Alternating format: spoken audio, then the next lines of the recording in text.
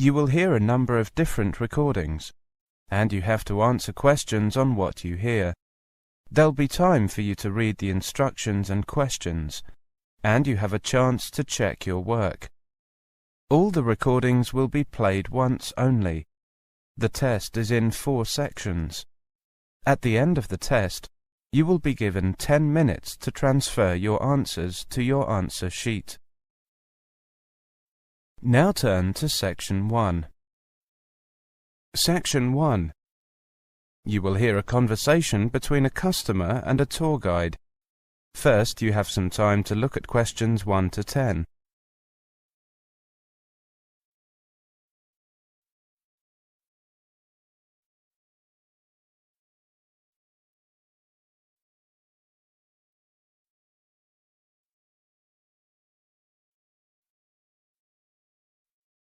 Now listen carefully and answer questions 1 to 10.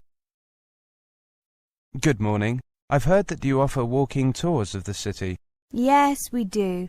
We have 4 walks. Did you have any particular one in mind? Not really. Actually, I don't know anything about your tours. Could you... Of course. Here's our leaflet. Let me take you through it. Our main walk is a comprehensive one of the city centre, lasting a whole afternoon. It is quite long, but takes you to all the main sites and a few lesser-known ones. As you can see, we take in the castle, the cathedral, the historic houses along the riverside, and the city gate. Halfway through, we stop at the oldest pub in the city, the Cat and Dog, for refreshments. That looks very interesting. I see you have a walk that just takes in the castle. Yes, it spends more time examining the castle and its history. The first tour I mentioned visits the castle briefly, but this one includes visits to all the exhibits there and a longer walk along the castle wall. I heard something about... yes, there it is, the ghost walk in the evening. Ah, yes. This is a very popular tour. You'll need to book ahead for this one. The tour starts here at 8 p.m. every evening except Mondays and finishes here at about 2 hours later. Which places are visited on the walk? Well, again, we take people to the castle and to the cathedral, but we don't go inside. At the cathedral, we see a few tombs and tell people some pretty grisly stories. Is the walk suitable for children? Not really. Actually, all 4 of our walks are really for adults, or at least older children. And the 4th walk is... Well, it follows the life and times of Robert Jones, the famous Victorian writer who was born here and lived here most of his life. We take people to see where he was born, educated and lived. This tour is popular with people interested in Victorian architecture, as much as with people interested in literature. I see. Now, prices. They're not listed here in the brochure. Prices depend on the season and the number of people you make a booking for. We'd be interested in taking a tour sometime next week, midweek, and we are a small group of 6 people. OK, there's a small discount for groups of 5 to 10 people. The full price for the City Sights tour is £10 per person. The castle tour is £7. The Ghost Walk is also £7 and the Robert Jones Walk is £8. The discount is 5% off the total fee. Thank you. And what time do the tours start? You said the Ghost Walk starts at 8 p.m? Yes, the City Sights one starts at 1 p.m. and finishes at 6 p.m. The Castle Tour starts at 9 a.m. and finishes at midday. The Robert Jones Walk starts at 2 p.m. and finishes at 5 p.m. The Ghost Walk is not on Mondays. How about the other walks? The same. Our office is open on Mondays for booking walks, but there are no tours that day. I see. Thank you very much. I see you have a website.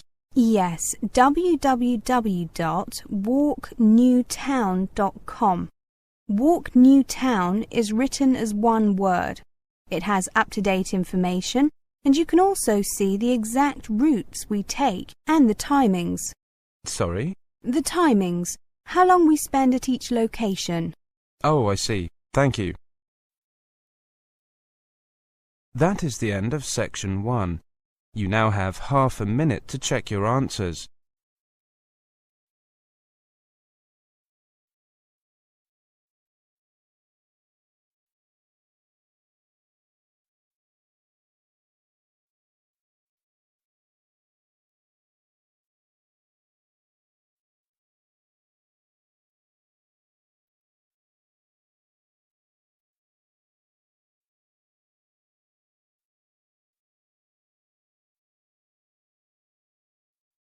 Now turn to section 2. Section 2. You will hear a presentation on tips about managing money. First, you have some time to look at questions 11 to 20. Now listen carefully and answer questions 11 to 20. Welcome everyone. My name is Derek Palmer and I'm here to give you some tips about managing your money. It is worth making a little effort to keep your financial affairs in good shape. Keep your money under control, and you can concentrate on the real business of studying and living here. Here are 2 basic tips for managing your finances. First, make full use of banking facilities. Once you have opened a bank account, you can ask the bank's financial advisors to help you decide how to manage your money. You can use your bank account to pay your regular bills, such as electricity, gas and telephone by direct debit or by standing order, on a regular basis.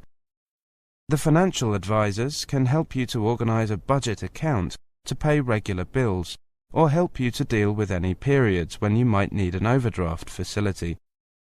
If you have a financial sponsor, make sure you find out from them exactly when the money will become available to you and how much there will be. You can also use checks to pay for goods and services. With banking becoming organized more and more on an international basis, you may also find that you can use the cash card you have in your own country to draw money from your home account while you are here. Cards carrying signs such as Cirrus or Maestro may have this facility. Ask your home bank about this before you leave, to ensure that you bring the right cards with you. Second, deal with financial problems promptly. Monitor your account in the UK carefully and make sure you do not overdraw. Or, if you have arranged an overdraft, make sure you do not go over the amount you agreed with the bank. If you do run into any money problems, take the initiative and sort them out quickly.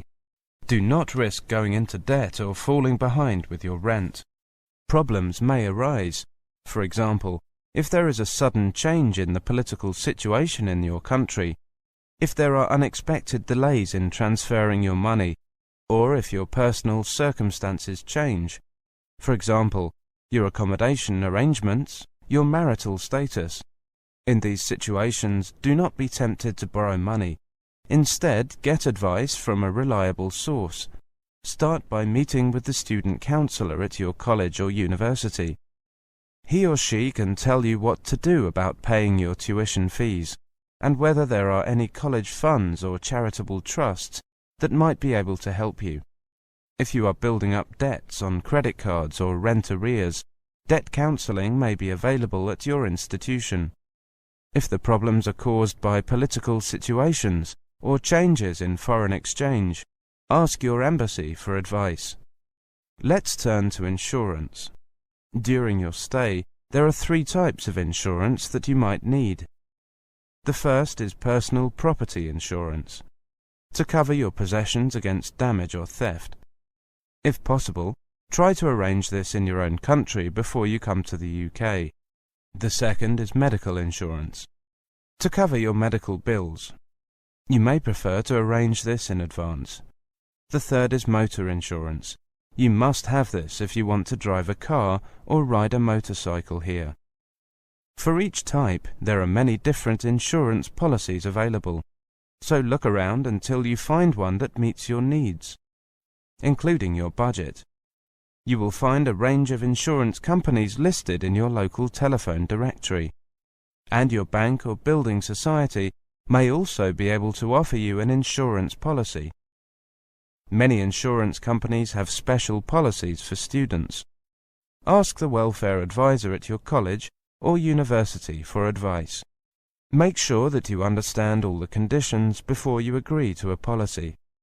When you are considering a particular policy, ask yourself some questions. What will be paid out to me when I make a claim? Some personal property insurance policies, for example, only pay you the second-hand value of your lost possessions. New for old policies will pay you the full cost of replacing the item, but they tend to be more expensive. Are there any conditions attached to the policy? Some medical insurance policies will not cover you for pre-existing medical conditions. That is, conditions you already have when you take out the policy. Some personal property policies may not cover your possessions if they are taken away from the place where they are normally kept. For example, if you take your CD player to a friend's house, are there any exceptions to the policy? For example, a medical insurance policy may not cover you if you play a dangerous sport. Now let's look at... That is the end of section 2. You now have half a minute to check your answers.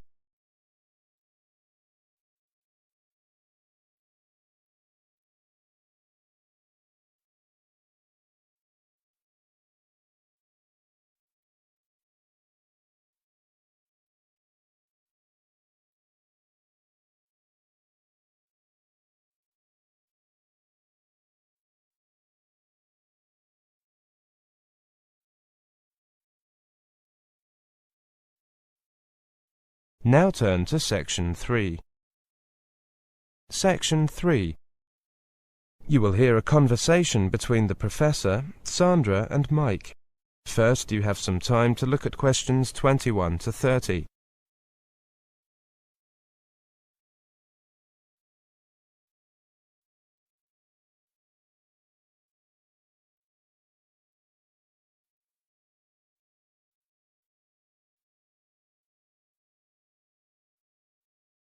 Now listen carefully and answer questions 21 to 30.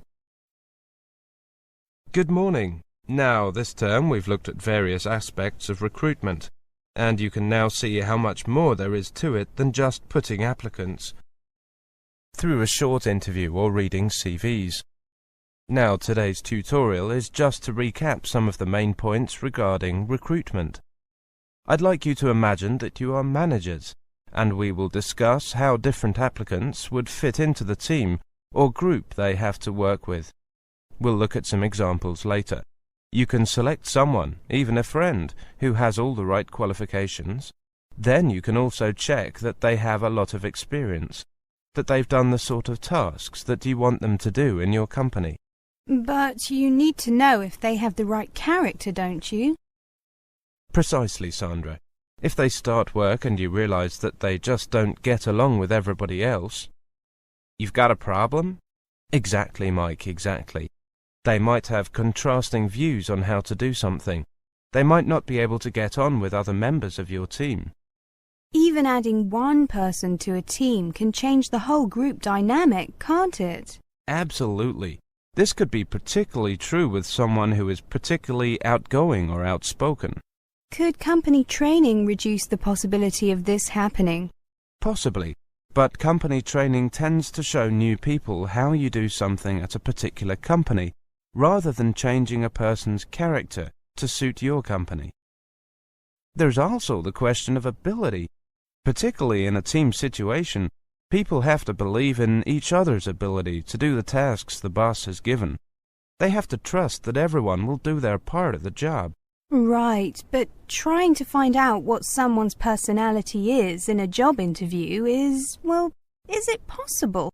I mean, you won't find out what they're really like until they actually start work. Well, is there any value in asking candidates questions about their hobbies, for example? I doubt it. What could that tell you? I don't know. It could tell you something about their personality, whether they're outgoing, for example. Most people involved in recruitment would argue that it does tell you something. More and more employers around the world are making use of personality questionnaires to help them select new staff. Yes, you mentioned those in the last lecture. Do they work? Well, most employers use them, but there is concern that they do not reveal the applicant's true personality. Yeah, some people might just write the answers that they think the employer wants. That's true. Very often, employers can weed out the applicants who do that by asking more detailed questions during the interview. The fact that they have been used for so long and that they are so widely used makes me think that there must be something in them. Well, I'm not so sure. Just because they're used a lot, that doesn't automatically mean that they are useful or worthwhile. True, but these tests have been created by experts, and they believe that the answers can provide indicators as to roughly the type of person that the applicant is. How about the idea of setting problems for applicants and seeing how they approach them? I like that idea, but the problems need to be simple, since there's not much time to prepare a full answer. In addition, the applicant doesn't have much background knowledge of the way that the company does things. It's a good idea, but may not always be practical. Usually it is, though. I'll need convincing. Let's move on to take a look at... That is the end of section 3. You now have half a minute to check your answers.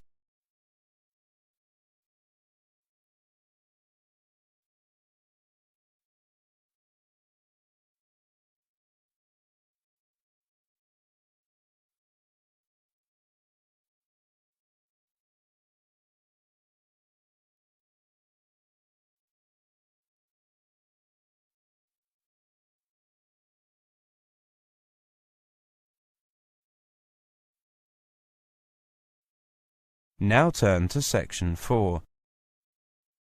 Section 4. You will hear a monologue on the subject of recycling programs. First, you have some time to look at questions 31 to 40.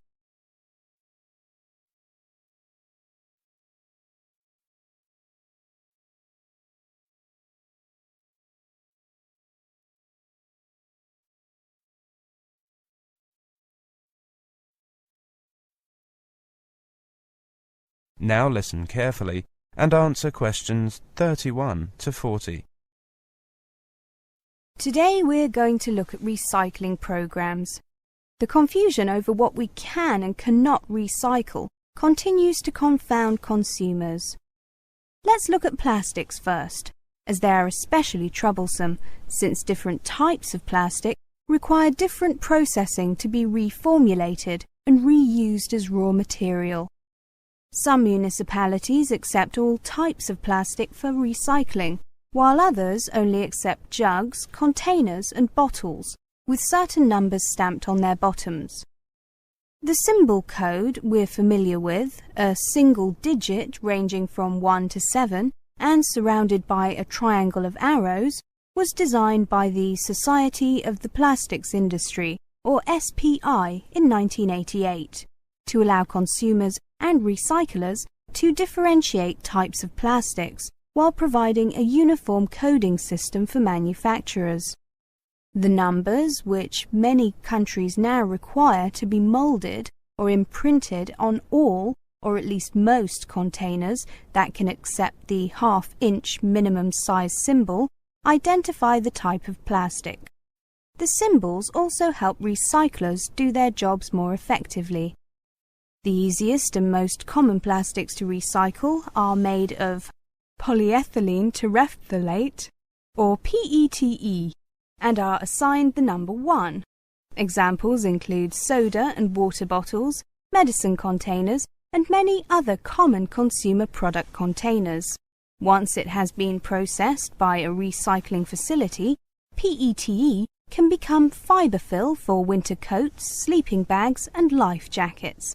It can also be used to make bean bags, rope, car bumpers, tennis ball felt, combs, cassette tapes, sails for boats, furniture, and of course other plastic bottles.